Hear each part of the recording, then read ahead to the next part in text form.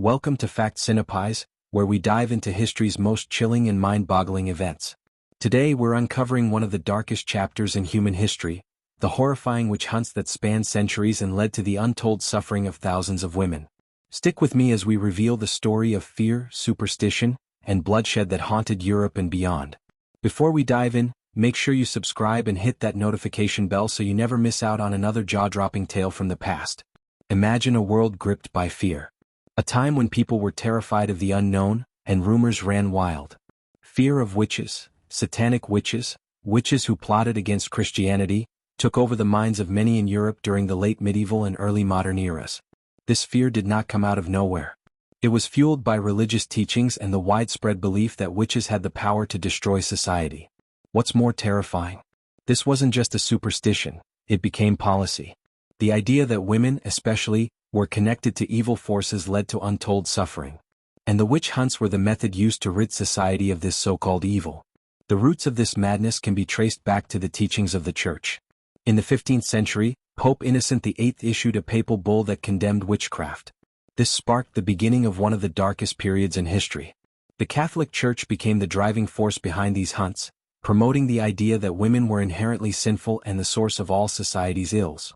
Two inquisitors, Jacob Sprenger and Heinrich Kramer, wrote The Hammer of Witches, a guide that instructed people on how to identify witches. This book became the Bible of witch hunts and laid the groundwork for the brutal treatment of thousands of innocent people. And the scariest part? No real evidence was needed to accuse someone of witchcraft. All that was required was torture and a confession. So, how did people identify witches? Well, the criteria were bizarre.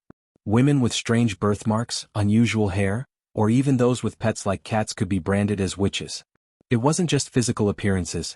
If crops failed, cows went dry, or a child became sick, the blame often fell on women who were seen as outcasts or healers. Worse still, the tests they used to determine if someone was a witch were nothing short of barbaric. Women would be thrown into cold water, tied up, and if they floated, they were deemed guilty. If they sank, they were considered innocent, but that didn't save them. Many died either way, drowned or executed for their crimes. Between 1450 and 1750, thousands of women were executed across Europe. The Trier Inquisition, Fulda Inquisition, and Salem witch trials are just a few of the most infamous examples.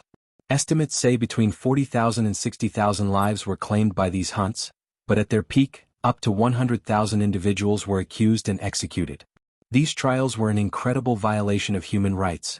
Women were tortured, burned, hanged, and drowned based on fear, superstition, and a corrupt use of religious power. Eventually, in the 18th century, the witch hunts began to slow down. The British Witchcraft Act of 1735 marked the beginning of the end, and although witch hunts continued sporadically, the tide had begun to turn. Yet, shocking examples of witch hunts continued even into the 20th century.